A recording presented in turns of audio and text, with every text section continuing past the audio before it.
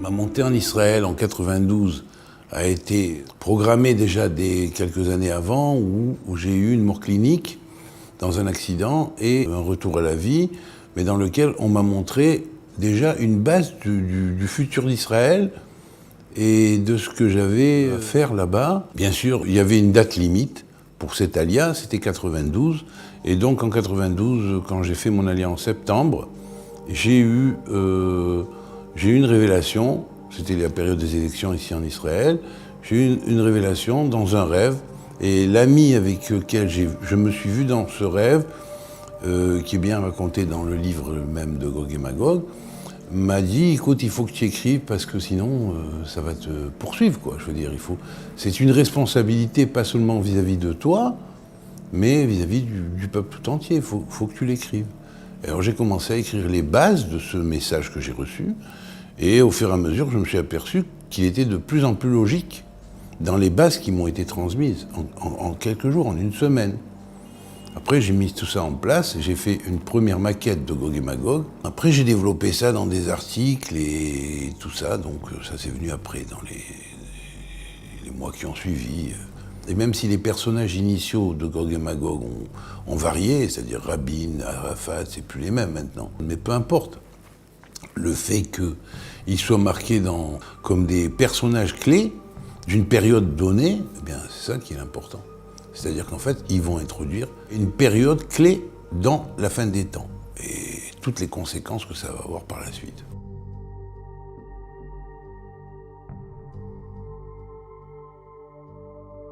Pour écrire cet ouvrage, j'ai utilisé 4 clés principales. Donc la première clé, c'est la clé de la Gamatria. La seconde, c'est les codes de la Torah. La troisième, c'est l'astrologie selon un grand maître du Moyen-Âge qui est Rabbi Abraham ibn Ezra, qui est le dernier des kabbalistes astrologues, qui a hérité de la clé astrologique de Enoch, donc des livres d'Enoch. Le livre d'Enoch qui a complètement disparu de la circulation un peu après Ibn Ezra parce qu'on n'entend plus parler. Cependant, dans les écoles kabbalistiques dans lesquelles on enseignait cette forme-là d'astrologie, jusqu'à Nostradamus, cette science-là a été enseignée. Après ça, on a fermé l'école à ces études-là. Donc, le dernier héritier de cette technique, c'était un peu Nostradamus. Voilà. Mais déjà, dès Ibn Ezra, il donnait les principes, et il faut savoir que cette forme d'astrologie est une forme d'astrologie quasi prophétique qui dérive des enseignements donnés par Enoch lui-même, dans son livre astrologique. La Gamatria est la science des chiffres, des nombres sacrés. Elle est reliée pas à simplement une mathématique sacrée qui dérive uniquement de nombres, mais des nombres qui sont reliés aux lettres et au langage. Alors bien sûr, il y a plusieurs manières d'écrire Gematria en hébreu, il y en a 4. Chacune des manières d'écrire a sa signification, et le nombre même qui ressort de chacune des manières d'écrire a aussi sa signification, ainsi que les 4 manières d'écrire additionnées ensemble ont une signification quasi clé pour tout ce qui est du monde de la science sacrée et des nombres. Mais maintenant, on va prendre la façon la plus simple d'écrire Gematria. Gimel, Mem, Tet, Resh, Yud, Aleph. La valeur numérique fait 263. C'est un nombre clé déjà. 263, c'est Sagar. Déjà en hébreu, on met 3 mots. Sagar, il a fermé, il a scellé, on pourrait dire. Il a scellé dans le monde de la Gamatria quelque chose. Quoi? Tout simplement, Vayomer V. Vayomer V, on sait que le terme Vayomer veut dire « et Dieu dit », et les choses s'accomplissent. Vayomer V égale Gematria. 263. On sait que d'après le Sefer Yetzira, il y a 32 voies à la sagesse. Ces 32 voies sont symbolisées par les 10 premiers nombres qui sont appelés sphirotes, ou sphères divines, et les 22 lettres qui vont complémenter pour arriver à 32. Donc nous avons, avec ces 32 voies de la sagesse, la clé de toute l'ossature de la Gematria. Et on le trouve dans le mot Gematria même. Puisque quand on prend les 10 comme la clé des 10 nombres premiers, plus 253, on se rend compte que 253 est le nombre qui additionne tous les 22 nombres ensemble. C'est-à-dire 1 plus 2 plus 3 jusqu'à 22 donne 253. plus 10 égale 263, c'est la clé du mot Gematria. Vayomer V, et il dit, donc c'est la clé du verbe, du langage, et de tout ce qui a mis la création en place, puisque Vayomer V dans la Genèse, et Dieu dit et les choses furent, eh bien c'est la clé de la création. Donc la Gematria est à la clé de la création. Le verbe est lumière, mais il est nombre. C'est pourquoi on trouve aussi une terminologie de Vayomer V, qui est 263 aussi en valeur numérique, comme Gematria, Yom Veor, le jour plus la lumière. Or la lumière, il l'a appelé jour. Et encore, je ne rentre pas dans les clés, je pourrais dire même scientifiques qu'il y a dans ces deux termes, mais gardons-le pour les experts. Les Gematria sont scindées en des domaines. On n'utilise pas la Gematria n'importe comment. Il y a des règles. On peut comparer un terme en Gematria, c'est-à-dire en valeur numérique, sacrée, hein, des mots, bien sûr, puisque vous savez que les mots et les versets de la Torah ont à chaque lettre sont attribués des valeurs numériques et bien sûr, tout est chiffré. Donc les mots peuvent se calculer et on peut en tirer certaines déductions d'équivalence numérique semblable. La Gematria a un sens très profond. Le nombre conditionne l'action, et même scientifiquement aujourd'hui, ceux qui s'adonnent à la physique quantique disent bien que les nombres étaient avant le Big Bang. D'accord ? Il y a des nombres, des espèces d'entités numériques, on pourrait les appeler les éons, comme dit Charon par exemple. Hein, les éons. Ce sont des entités numériques à la fois intelligentes qui vont travailler sur l'ordre de Dieu et qui vont mettre la création en place. Donc le monde apparaît ex nihilo, mais on appellera ça un Big Bang en termes scientifiques. Même que le mot Big Bang, en hébreu, 232, qui est la clé en valeur numérique de les 4 noms de Dieu qui gèrent les 4 univers, hein, depuis Hatzilut jusqu'à Asiya, hein, d'accord ? Donc c'est quand même pas... je veux dire, c'est pas pour rien que ça tombe comme ça, quoi, je veux dire. Pour les codes de la Torah, j'ai pratiqué, disons, la méthode connue, hein, la recherche des intervalles réguliers entre les lettres, formant des mots, et bien sûr ensuite, lorsque plusieurs mots tombent dans le même secteur, c'est là qu'on dit qu'un code est construit selon une matrice précise. J'ai tenu compte également pour les analyses, pas seulement du fait qu'il y a plusieurs codes qui tombent dans la même matrice, mais aussi des nombres reliés à l'espace de saut entre une lettre et une autre d'un même mot, et j'ai analysé ces espaces-là. Et c'est la clé de l'analyse de ces espaces donne énormément d'informations. Donc ça m'a permis de déduire des informations qui étaient sur le futur. C'est la première fois que grâce à ces codes-là, d'habitude les codes on les trouve toujours rétroactivement pour expliquer les événements. Mais là, grâce aux intervalles, j'ai réussi à trouver aussi des formes d'indication et des choses qui m'ont permis de mieux décrire la situation géopolitique depuis les traités d'Oslo jusqu'à maintenant. Et on voit que jusqu'à l'heure actuelle, la majorité des choses que j'ai marquées se sont déjà réalisées. La 4e clé que j'ai utilisée, c'est la clé du nombre de versets qui existe dans la Torah. C'est 5846 versets. D'après un sage que j'ai connu, qui m'a dit un jour, sache qu'entre les 5846 versets de la Torah, du Pentateuque, hein, et les 5846 premières années du monde, il y a une relation. Donc à partir de l'année suivante, on recommence un nouveau Bereshit, parce qu'il y a une relation entre les années du monde et les versets, depuis le premier verset jusqu'au dernier verset de la Torah. Et c'est vrai que toute la période qui va de 1912, c'est l'intervalle de 5672, jusqu'à 2086, qui correspondrait à 5846. Voilà.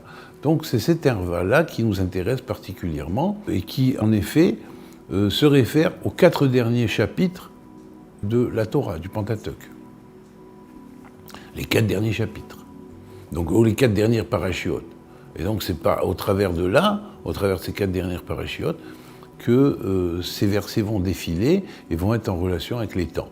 Alors, j'ai fait une analyse dans mon livre du verset qui correspondait à 1929, particulièrement, jusqu'à 2006, Tout ça a été analysé verset par verset, et je trouve que chaque année, ça correspondait pratiquement à un horoscope de l'année au travers du verset qui était décrit, quoi. Simplement, c'était un horoscope divin, quoi, global, qui définit la situation globale et générale de l'évolution du monde au travers de l'année. Voilà, il donne les grandes clés. Maintenant, si on rentre dans la valeur numérique et tout ça, on peut trouver encore beaucoup d'éléments, mais bon, n'entrons pas là-dedans. Quand on travaille la gamatria à un niveau métaphysique, scientifique, c'est une chose, mais quand on va travailler la gamatria à un niveau historique, et historico-prophétique, si on pourrait dire, on peut se rendre compte qu'en fait, il existe des périodes où des nombres satellites précis vont agir sur le destin du monde. Vous voyez ?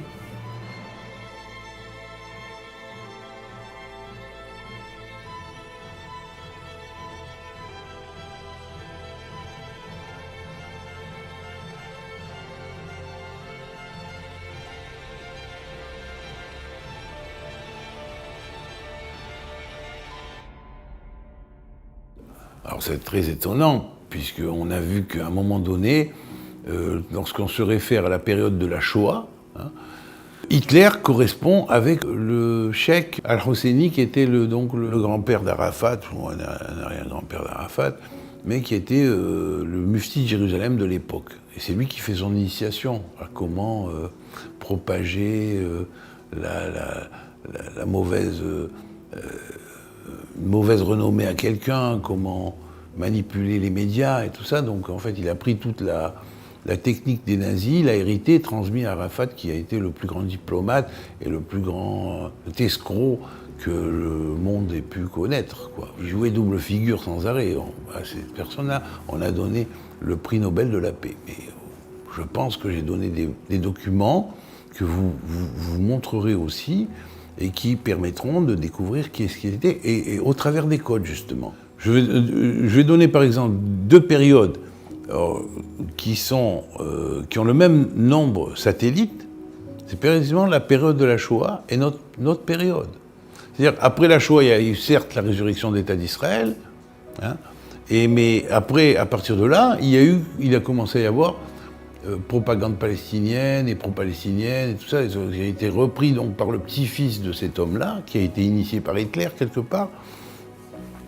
Et c'est curieusement, lorsque Nostradamus dit le premier antéchrist lèguera un pouvoir au second antéchrist, quand il parle de la fin des temps et de ce qu'il appellerait les choses qui vont amener à l'apocalypse, il dit le deuxième antéchrist, avant de mourir, transmettra son pouvoir au troisième antéchrist, qui sera pire et qui fera pire que ne l'a fait Apoléon. Apoléon, c'était Napoléon. Vous voyez qu'il était initié à la technique des mesures, puisqu'il arrivait à trouver les noms.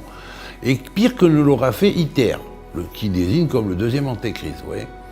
Alors c'est précisément là-dessus. Napoléon, c'est première phase de la guerre de Gog et Magog.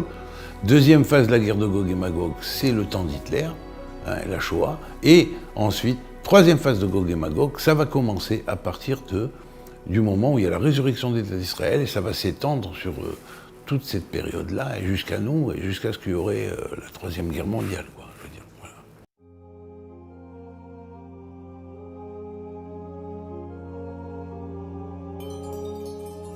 1947 est l'année 5707 en hébreu.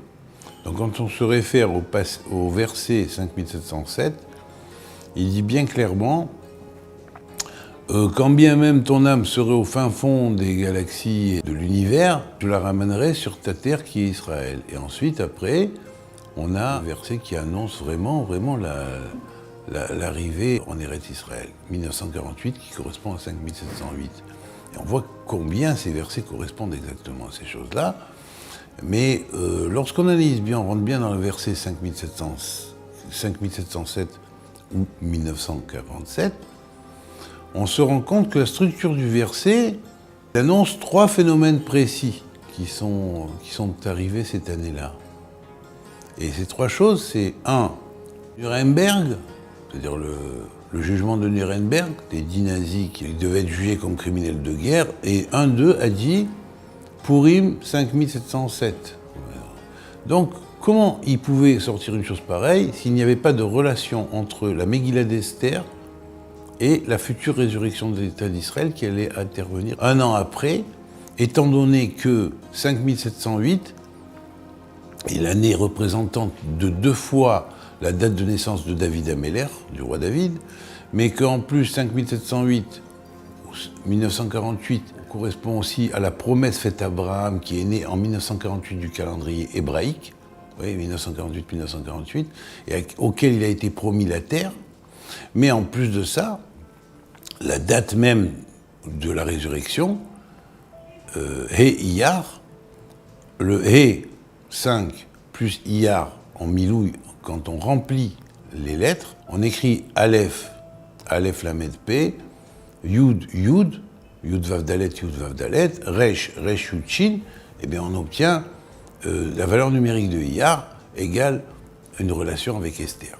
Avec Esther, pourquoi? Parce que E plus Iyar égale Esther plus ses 4 lettres et son collèle de mots.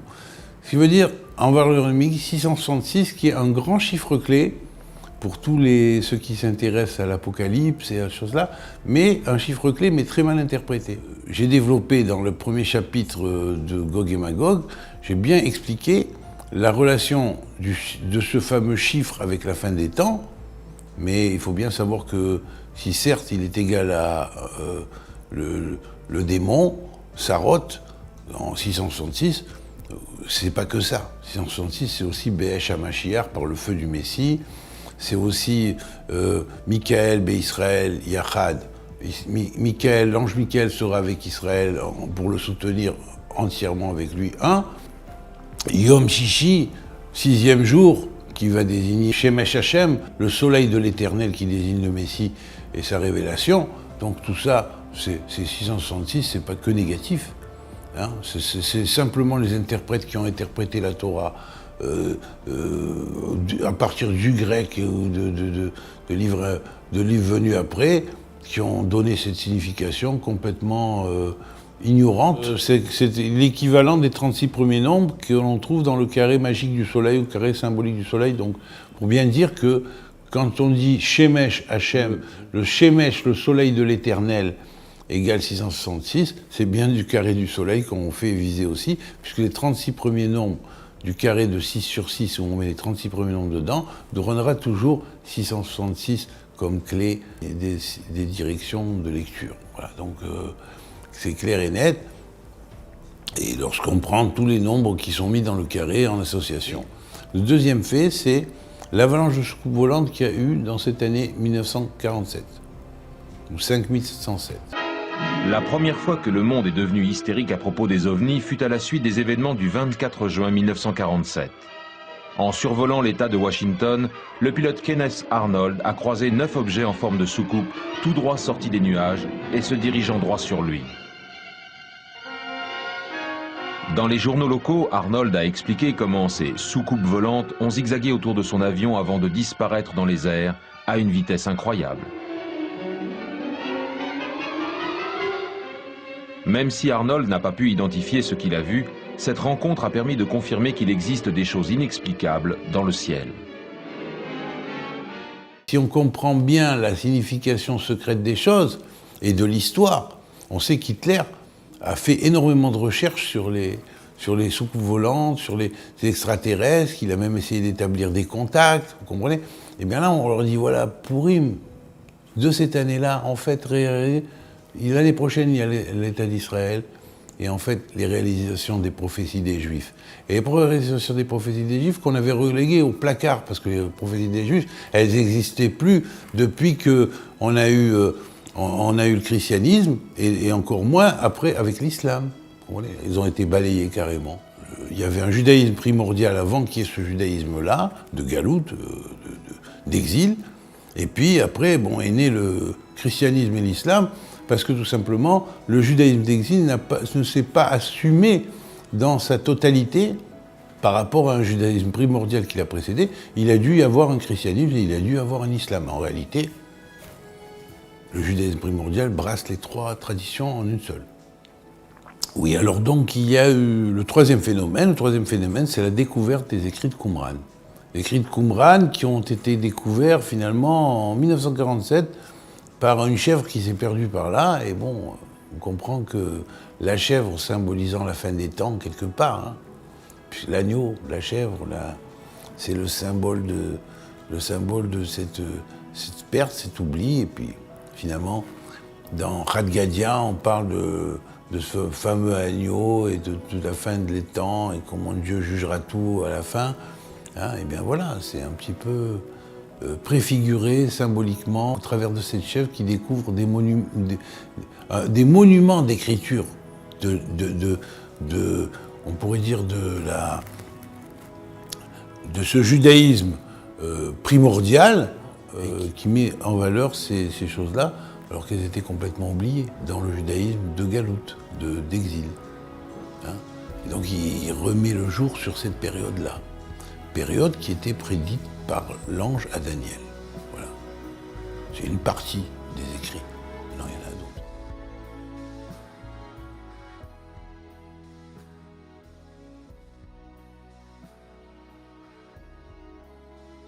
a d'autres. Dans un autre livre que j'ai écrit qui s'appelle Sefer Kadmon, le livre primordial, ce que j'ai appelé les 10 Malchouyot messianiques, car il y aura 10 royaume messianique. Bien souvent on dit oui, le Messie, oui, va arriver, quand est-ce qu'il vient, il est venu, qu'est-ce qui s'est passé entre avant qu'il soit venu et après qu'il soit venu.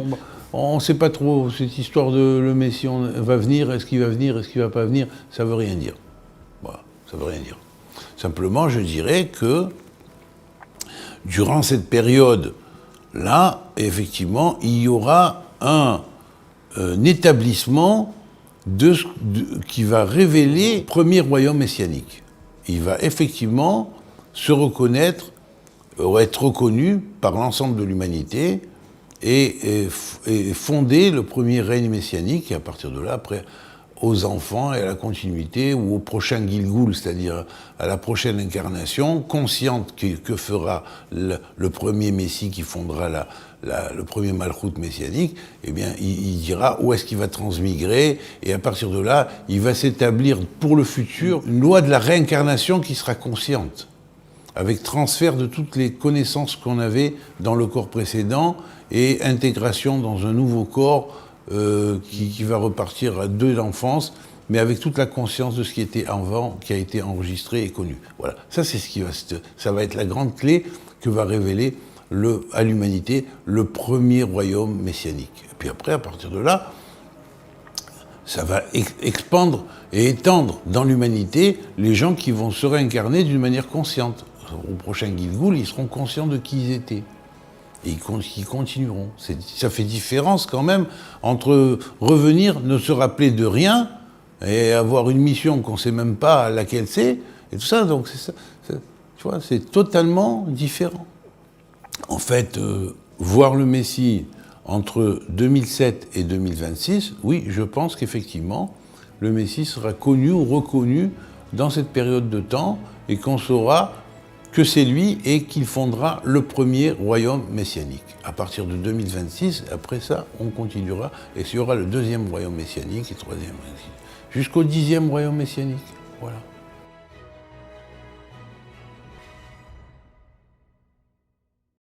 Dangers, moi je les ai prévus depuis déjà 1994. J'avais déjà dit tous les dangers qu'il y avait déjà de base. Les cataclysmes naturels, qui sont dus au fait que les hommes ont délaissé la planète, ils ont bousillé la planète dans laquelle nous vivons. Ça, c'est une chose. Et puis, en même temps, étant donné que la psychologie humaine agit sur le climat, automatiquement, ça va influencer le climat.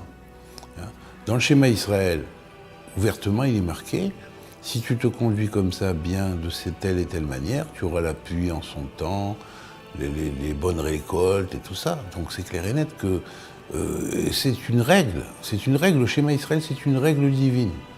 S'il y a des problèmes climatiques, des problèmes de faim dans un pays, des problèmes de cataclysme, eh bien, il y a une raison. Il y a une raison.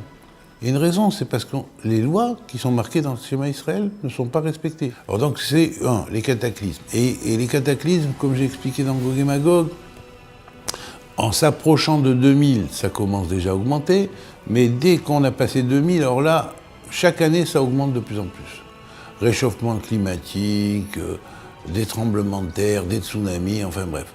Ça, c'est une chose. Puis, deuxième chose, les guerres dans le monde. Et puis la guerre au Moyen-Orient et les problèmes à la fois diplomatiques et politiques qui existent dans ce qui se passe au Moyen-Orient.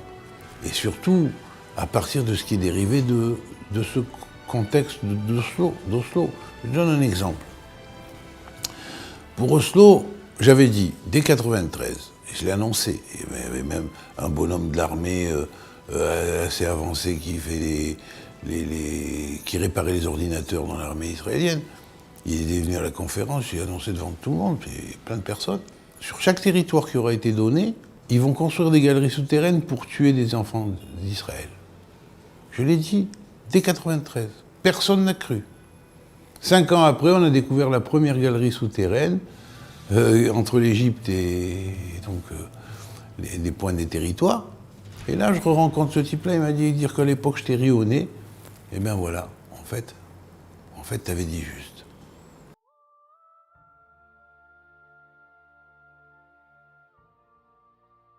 Les deux opinions sont valables.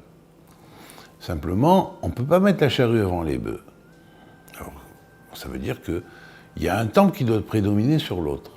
Le premier temple qui doit dominer sur l'autre, c'est que Dieu, d'abord, choisit l'espace du temple. Parce que le temple céleste descend sur terre, on le voit. Mais il va être fluorescent, ça va être une dimension spéciale qui va s'installer, qu'on pourra voir, et ce ne sera pas un hologramme, comme certains ont prévu de le faire. Ce sera une réalité. Et donc cette réalité, quand elle va s'installer, on sentira que c'est une réalité divine et qu'elle dérive d'une atmosphère précise qui est due au fait que des hommes, des êtres humains, ont travaillé la prière à un niveau très élaboré et ont recherché en eux le temple qui est en eux. Et donc, ont préparé ce temple qui est en eux, car plus il y aura d'individus qui auront le temple en eux dans leur microcosme, dans leur petit monde interne, dans le cœur, un temple dans lequel il faut entrer toutes les nations de l'humanité pour la paix, eh bien, plus il y aura de personnes qui penseront comme ça, et plus cela va attirer que le temple céleste va descendre du ciel. Parce que quand il y aura un certain nombre de personnes sur Terre qui penseront comme ça, et qui le réaliseront à l'intérieur d'eux-mêmes, ce temple de l'unité. Alors ce temple-là, il va attirer, comme par un lien de cause à effet, le temple céleste qui, lui, dérive du macrocosme, puisque c'est le grand temple de l'univers qui est appelé un temple pour Dieu. Tout l'univers est appelé un temple pour Dieu. Et puis, bien sûr, le temple du microcosme qui va attirer ce temple-là, puisqu'il a été fait à l'image de ce temple universel. Et puis, il y aura ensuite, à partir de là, la transmatérialisation d'un temple qui va être le résultat de la connexion entre le petit monde et le grand monde, c'est-à-dire entre le macrocosme et le microcosme. Ça va être une sorte de mésocosme, c'est-à-dire un temple qui va être mésocosmique, qui va être entre les deux, mezzo-cosmique, entre les deux cosmos, le petit cosmos qui est l'homme ou les hommes, et le grand cosmos qui est le grand cosmos universel. Et c'est là que va se faire, désigné par Dieu, le point sur terre où va être construit le troisième temple. Alors à ce moment-là, par main d'homme, pour constituer des artisans, des maîtres d'œuvre réellement spirituels vont commencer à travailler les pierres et vont construire, selon des mesures précises et cosmologiques restituées enfin, ils vont commencer à construire les bases du troisième temple. Et donc là, on peut dire que c'est une symbiose. Les trois temples sont liés. Le temple mésocosmique, au milieu, c'est celui qu'on construit à partir d'une transmatérialisation qu'on a vue ou senti se faire à un point donné.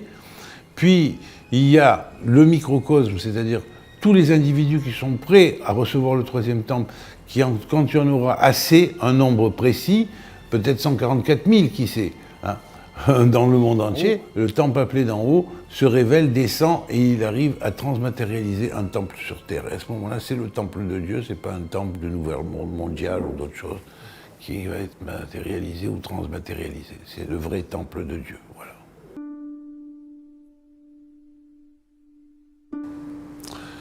Alors déjà, Megillah, c'est Mégalé Ioud. Le mot Megillah veut dire Mégalé Ioud. Mégalé Ioud, ça veut dire qui dévoile le Ioud. Or le Ioud, on sait que c'est la base de la sagesse primordiale. Donc ça veut dire que la période de la Megillah, c'était la période de Babylone. Ils étaient à Babylone. C'est tout ce qui a succédé à la destruction du premier temple. Et donc après, ça, on a reconstruit le deuxième temple, mais le niveau même de la connaissance a été complètement altéré, puisqu'à la même période, un peu avant, il y a eu Daniel qui a enterré le livre, donc une grande part des enseignements qui a été réduite d'Israël. Puis ensuite, même s'il y a eu d'autres prophètes qui sont venus après, même Daniel et Ezra, il y en a eu d'autres, mais on ne les mentionne pas parce que finalement, ce n'était pas du degré des prophètes qui étaient avant. Donc on pourrait assister à une chose, c'est qu'il y a eu une tradition prophétique antérieure et une tradition prophétique postérieure, c'est-à-dire qui est venue de l'après-temple, du deuxième temple, jusqu'à la destruction du deuxième temple. Mais les prophètes sont de niveau beaucoup plus restreint par rapport aux premiers prophètes. Cette tradition, elle dérive que de la Kabbale prophétique Aharona, dernière, pas de la première. La première, c'est beaucoup plus haut.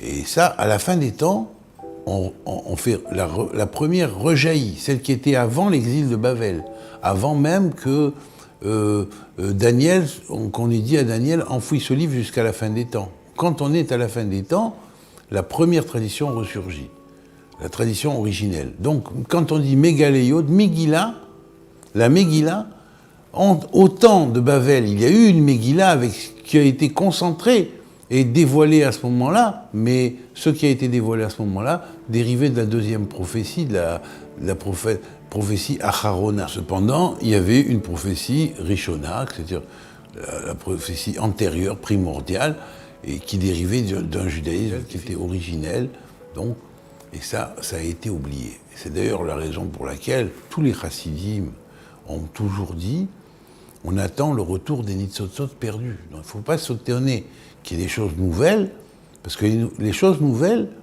ce n'est pas une révolution spécialement négative, au contraire.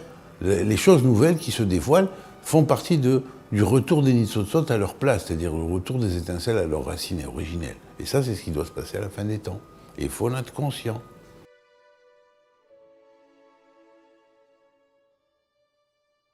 Les deux options possibles qui peuvent arriver à la fin des temps, avant la révélation finale, parce que c'est une révélation finalement, mais il faut passer par des étapes qui sont pré-révélation, c'est-à-dire révéler Mashiach, c'est-à-dire les douleurs du Messie, de l'enfantement. Alors dans les douleurs d'enfantement, il y a deux possibilités. Au dernier chapitre de mon livre de Gog et Magog. La possibilité 1, c'est toutes les prophéties qui sont rigoureuses, et en l'occurrence Isaïe 28 qui est la grande clé, avec Isaïe 29 et 30 qui est la suite de cette chose-là, et puis relié avec d'autres prophéties, bien sûr, la prophétie de Gog et Magog, Ézéchiel 38. Hein. Bon, alors bien sûr, la prophétie de Gog et Magog, elle peut rester médiane. La prophétie d'Isaïe, c'est la voie de la rigueur. Elle donne la voie de la rigueur. Si vous faites comme ça et que vous ne reprenez pas, c'est comme ça que ça va être. Mais à côté, on a une autre prophétie qui décrit aussi la fin des temps, mais différemment. Qui la décrit en termes bons. C'est Yoël, Pérec 3 et 4. Alors là, par contre, on a une description apocalyptique qui dérive de l'intérieur.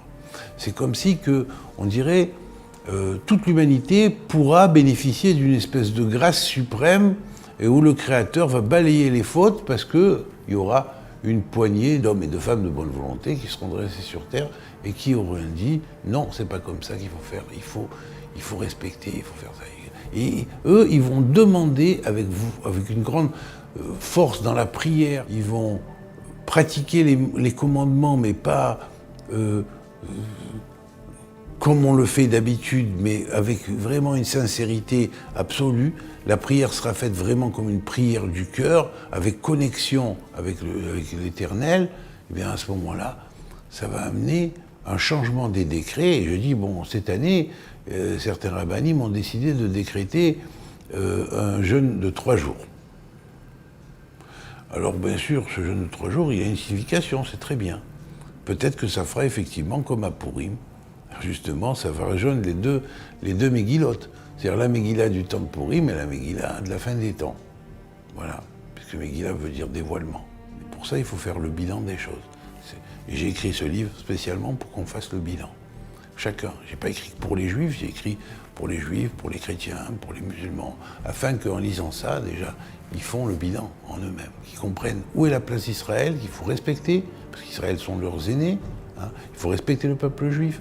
Il y a par exemple eu la Shoah. Maintenant, aujourd'hui, on dit, bon, ça n'a pas existé. La propagande qu'on a fait sur une trompeuse qui est d'assimiler Israël au nazisme, c'est pas comparable. On ne peut pas comparer ce qui n'est pas comparable avec. C'est pas possible, c'est du sophisme, c'est du mensonge, gros et organisé. Hein. Mahmoud Ahmadinejad qui niait la Shoah, propulsé après par tous ces qui nient la Shoah aujourd'hui en France et tout ça. Mais c'est complètement idiot.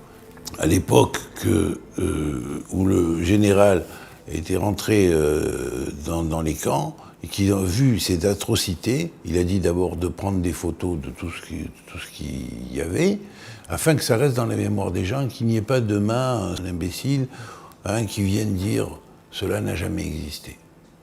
Voilà. Et à tous ceux qui disent que cela n'a jamais existé. Ce général a répondu déjà, parce qu'il avait déjà demandé de prendre toutes les photos, et il a demandé aux Allemands eux-mêmes de venir enterrer tous les corps qu'ils avaient trouvés morts dans les camps, qui avaient été exécutés à la va-vite par les chefs nazis. Alors tous ces corps-là ont été enterrés justement par des Allemands, vous comprenez ? Pour leur montrer cela et que ça reste dans leur mémoire, qu'ils se rendent bien compte de ce qui était arrivé. De l'armée qui les avait manipulés, par le chef qui manipulait cette armée-là et qui donnait les ordres à cette armée, qu'est-ce qui était arrivé ? Vous comprenez ? Alors cette manipulation-là, il faut la combattre. Hein. Et quand on a un Mahmoud Ahmadinejad qui prêche la destruction de l'État d'Israël parce que disant que la Shoah est fausse, que c'est un montage, qu'il n'y a pas eu autant de Juifs qui sont morts dans la Shoah et tout ça, mais c'est impensable. C'est impensable. C'est impensable que les gens puissent croire à des choses pareilles. Parce qu'on ne leur montre pas les bons documents. Il faut leur montrer les bons documents. Il faut leur citer ceux qui ont parlé à cette époque-là. Donc, des choses aussi horribles, on ne les a jamais trouvées. Alors, bien sûr, maintenant, il y a plusieurs questions qu'on peut poser. Hein. Est-ce que les nazis donnaient la possibilité à des Juifs de siéger dans leur parlement, dans leur gouvernement, si Israël égale nazi, hein, est-ce qu'ils donnaient la possibilité ? Non. Pourtant, il y a à la Knesset des députés palestiniens. Deuxième question, les nazis fournissaient-ils les capitaux pour aider les Juifs comme Israël fournit des capitaux aux Palestiniens pour s'organiser même en tant qu'État? On leur fournit le Rachmal, l'électricité, l'eau, hein, ils ne payent rien. Les hôpitaux, est-ce que chez les nazis, on donnait les hôpitaux aux Juifs quand ils souffraient? Non, un bonhomme était souffrant, il n'était pas capable de travailler dans les camps, on lui mettait une balle dans la tête et puis on le faisait jeter hors du camp et le lendemain enterrer. D'accord? Est-ce que les nazis versaient des indemnités de chômage aux Juifs? Je n'ai jamais entendu ça. Hein? Comme Israël verse aux Palestiniens qui ne travaillent pas, ou qui ont travaillé qui ne travaillent pas, est-ce que les nazis se chargeaient des accouchements des femmes juives lorsqu'elles accouchaient? Non, les bébés ils étaient pris pour des expériences, les femmes elles étaient stérilisées, et ainsi de suite. Par contre, on ne voit pas ça du tout. Et pourtant, en Israël, les hôpitaux israéliens donnent toute le soin aux femmes palestiniennes qui viennent se faire donner, même certaines qui viennent des territoires. Donc tout ça, il faut quand même remettre les pendules à l'heure et qu'on le sache.